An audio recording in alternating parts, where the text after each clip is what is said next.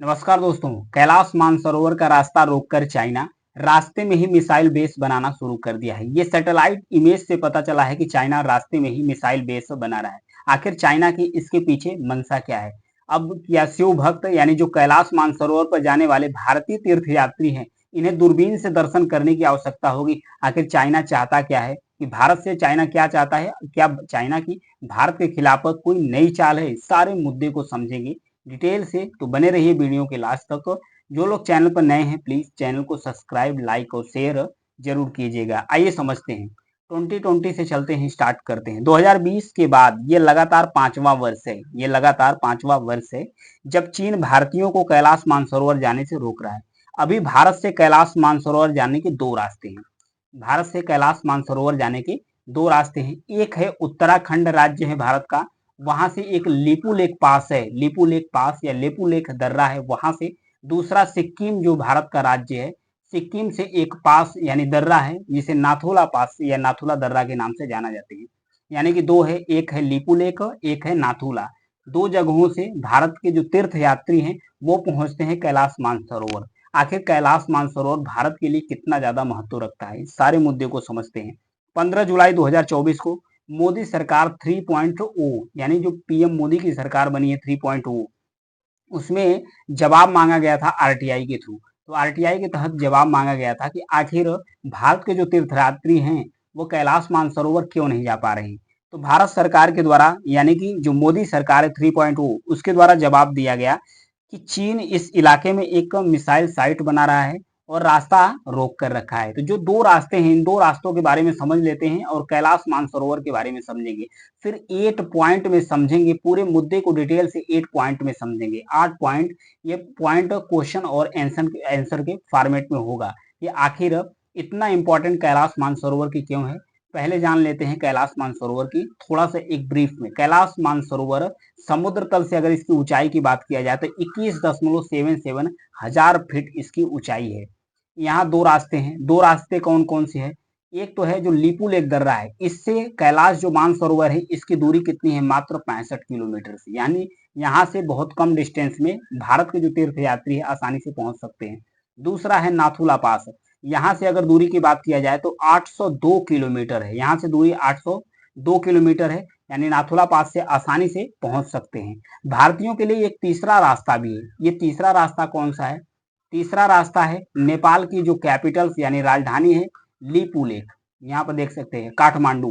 ये जो नेपाल की राजधानी है काठमांडू, यहाँ से एक तीसरा रास्ता है। काठमांडू जाएंगे क्योंकि भारत और नेपाल का बॉर्डर खुला हुआ है, भारत के तीर्थयात्री नेपाल में जा सकते हैं और नेपाल के माध्यम से ये कैलाश मानसरोवर का यात्रा कर सकते हैं आसानी से। यानी तीन रास्ता हैं।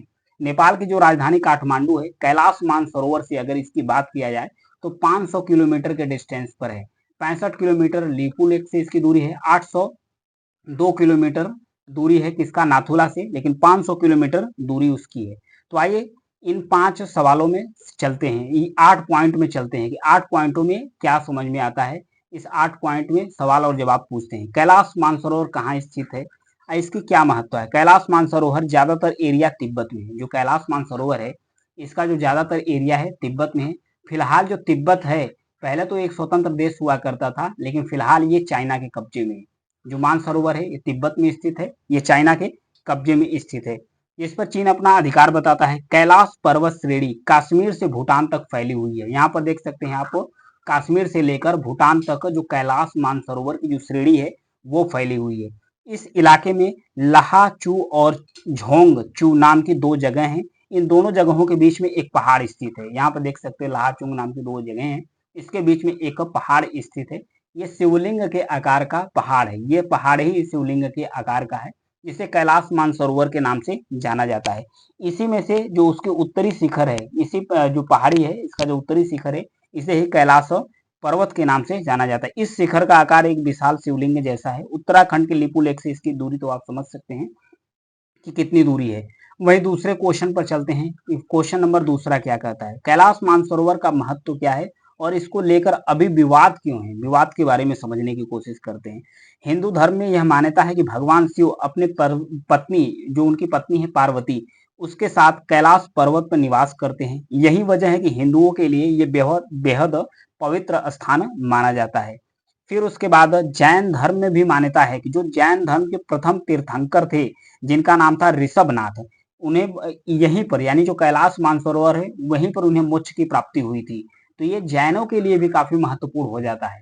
तो इसलिए कैलाश मानसरोवर न केवल हिंदुओं के लिए पवित्र है बल्कि जैन के लिए भी पवित्र स्थल माना जाता है। 2020 से चीन भारतीयों को कैलाश मानसरोवर की यात्रा के लिए इजाजत नहीं देता है, क्योंकि आरटीआई जब फाइल की गई थी तब बताया गया था। इसे बताया गया था कैलाश पर्वत मानसरोवर पर जाने के लिए चीन रास्ता रोककर जो 2 समझौते हुए थे, 2013 में एक हुआ था 2014 में। इन 2 समझौतों का चाइना उल्लंघन कर रहा है। ये भारत सरकार के द्वारा कहा जा रहा है कि चाइना इन जो एक तरफा जो समझौता हुआ था उसे ब्रेक कर रहा है, जबकि चाइना ऐसा नहीं कर सकता है, क्योंकि जब कोई भी समझौता दोनों देशों के बीच में जो हुआ है, तोड़ने से पहले 6 मंथ पहले यानी कि 6 महीने पहले चाइना को ये लिखित रूप में देना होगा कि वो क्यों इस समझौते से पीछे हट रहा है, इस समझौते को क्यों तोड़ रहा है। तो इस मुद्दे को समझते हैं कि मानसरोवर जाने के लिए जो समझौता हुआ था, वो समझौता क्या हुआ था, इस समझौते को समझ लेते हैं सबसे पहले। तो यहाँ पर देखिए, जो 2 समझौते हुए थे, इसमें पहला समझौता हुआ था 20 मई को, 20 मई 2013 को हुआ था। इसमें क्या कहा गया था? इसमें कहा गया था कि भारत और चीन के जो लिपु लेक दर्रा मार्ग से है, वो कैलाश मानसरोवर आसानी से जा सकते हैं। जैसा कि इस फिगर में देखिए, यह है लिपु लेक, यानी 2013 में जो समझौता हुआ था कि जो लिपु लेक उत्तराखंड का जो पास है, यहाँ से मानसरोवर के लिए रास्ता है, यहाँ से जा सकते हैं।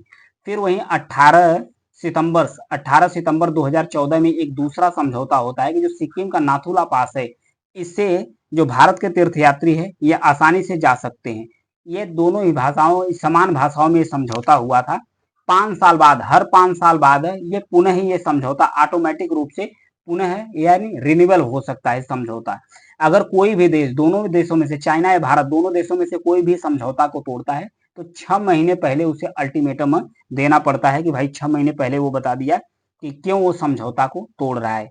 आखिर तो ये जो कैलाश मानसरोवर है, ये भारत का जो ऋग्वेद है, हिंदू धर्म के 4 वेदों में एक वेद है ऋग्वेद, उसके 10वें मंडल में 121वें सूक्त में कैलाश पर्वत का जिक्र किया गया है। इसमें क्या बोला गया है? इसमें बोला गया है कि यशस्वे हिमवंतो महित्वा यस समुद्रव रसया स हाहु सहाहु यस्माहु परदिशो यस्य बाहु कस्मे देवाय हविषा विदेम। यानी कि इसमें हिमवंतों का इस्तेमाल किया गया है कि यानी कि हिमालय के लिए किया गया है। साथ ही हिमालय के पवित्र शिखर जो कैलाश है उसका भी नाम लिया गया है। कैलाश पर्वत से पौराणिक मान्यताएं हैं कि यह पर्वत भगवान शिव का निवास स्थान है, वहां पर रहते हैं। जैन धर्म में भी यह मान्यता है कि भगवान जो ऋषभ देव हैं उनको यहीं पर निर्वाण की प्राप्ति हुई थी। निर्वाण की प्राप्ति यानी ज्ञान की। बौद्ध ग्रंथों में भी इसे ब्रह्मांड का केंद्र बिंदु कहा गया है।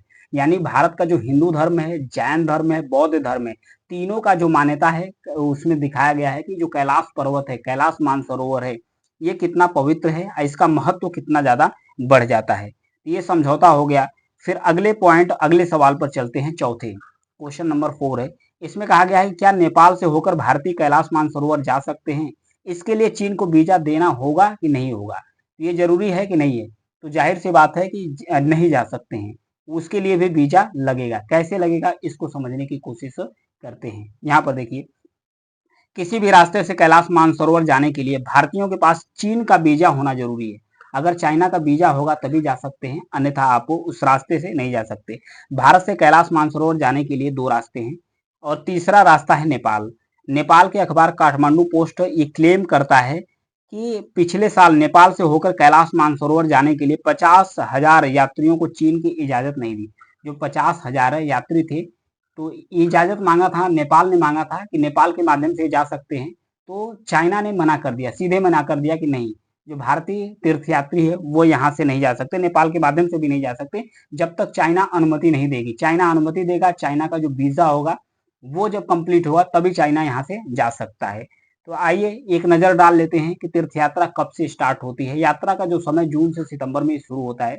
जून से सितंबर में यात्रा शुरू होता है। फिर उसके बाद यात्रा पर जाने के लिए उम्र कितनी होनी चाहिए? 18 से 70 साल के बीच में उम्र होनी चाहिए। 18 से 70 साल के बीच में उम्र होनी चाहिए।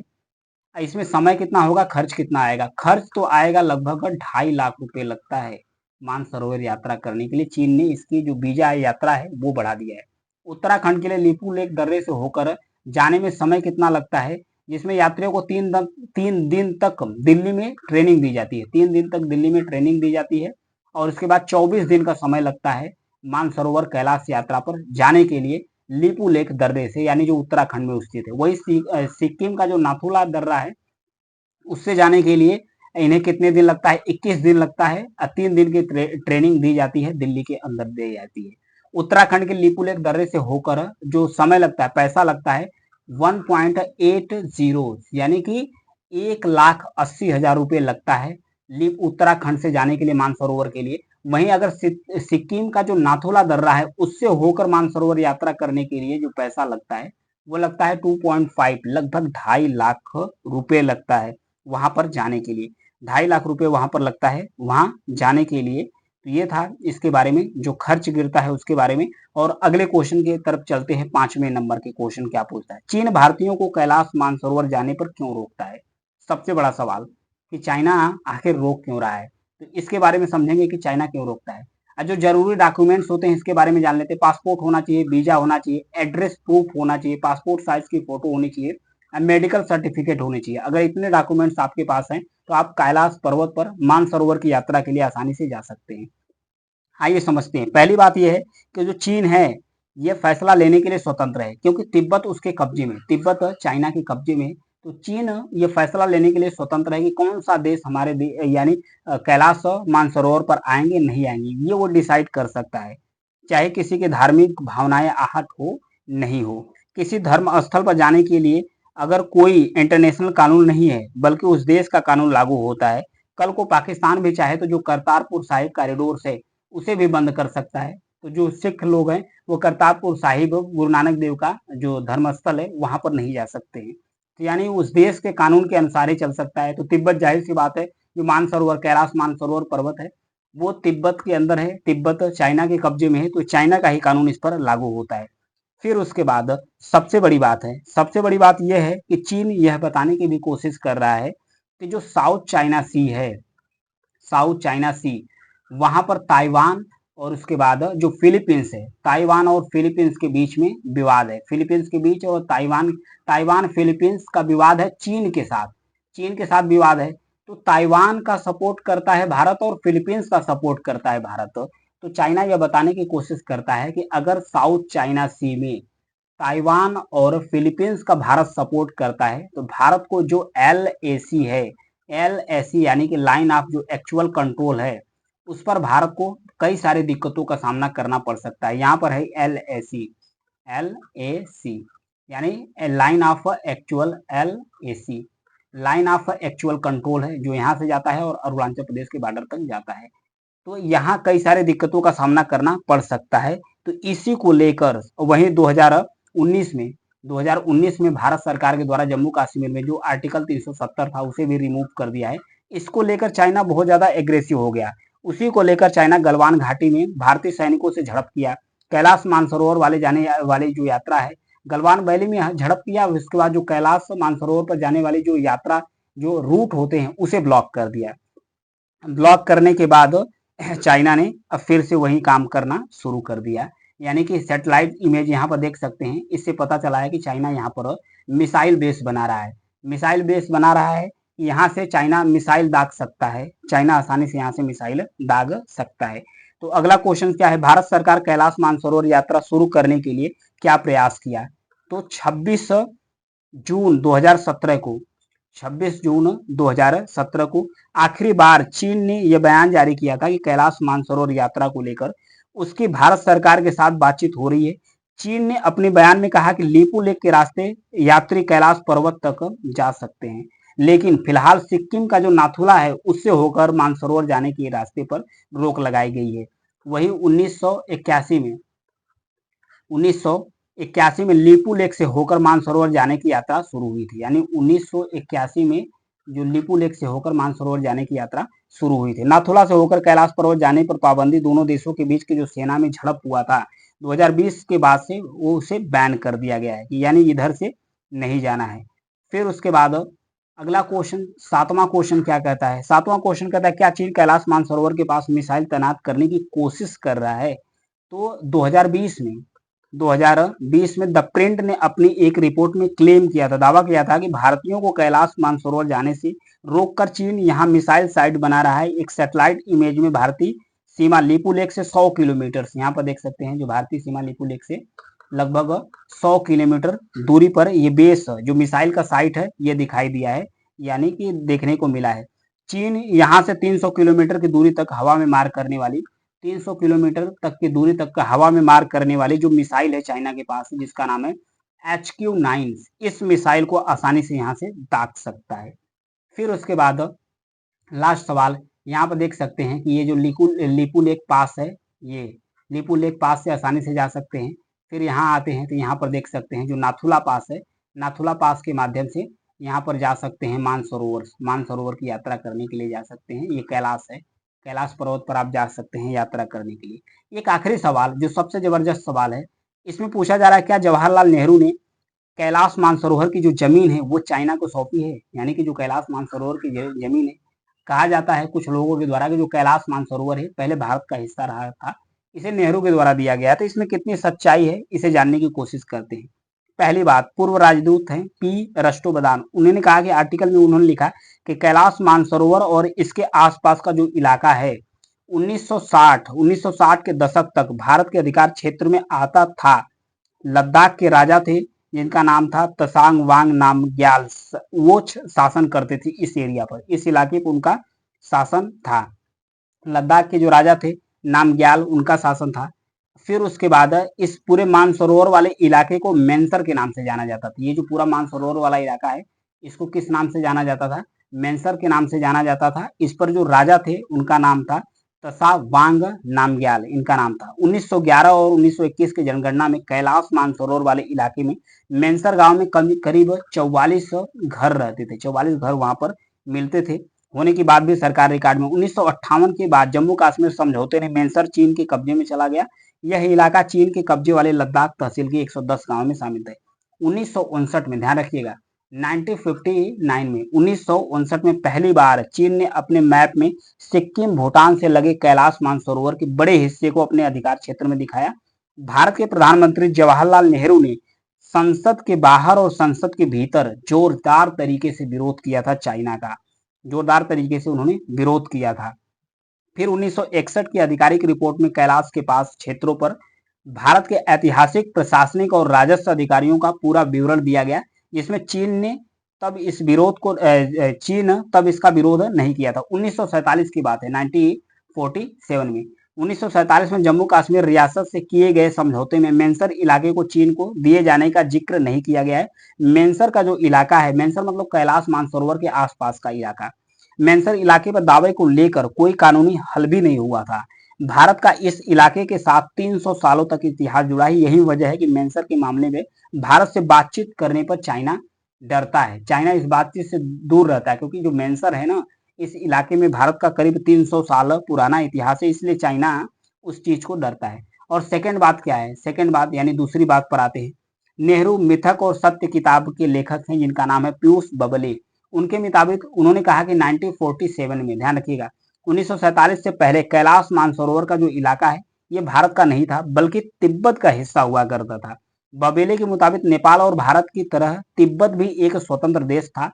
ब्रिटिश भारत और चीन के बीच तिब्बत एक बफर स्टेट के रूप में काम करता था। हालांकि चीन तिब्बत को अपने देश का हिस्सा मानता था, ब्रिटिश भारत ने भी तिब्बत को स्वतंत्र माना था। तिब्बत को ब्रिटिश भारत ने कहा कि ये चाइना का हिस्सा नहीं, ये भी स्वतंत्र है, भारत ने भी माना। फिर 1950 में, ध्यान रखिएगा, 1950 में चीन ने तिब्बत पर हमला कर दिया और कैलाश मानसरोवर समेत लहासा के पूरे इलाके को, लहासा यानी तिब्बत की जो कैपिटल से राजधानी थी, पूरे इलाके पर कब्जा कर लिया। नेहरू ने भारत के चीनी कार्रवाई की कड़ी निंदा की।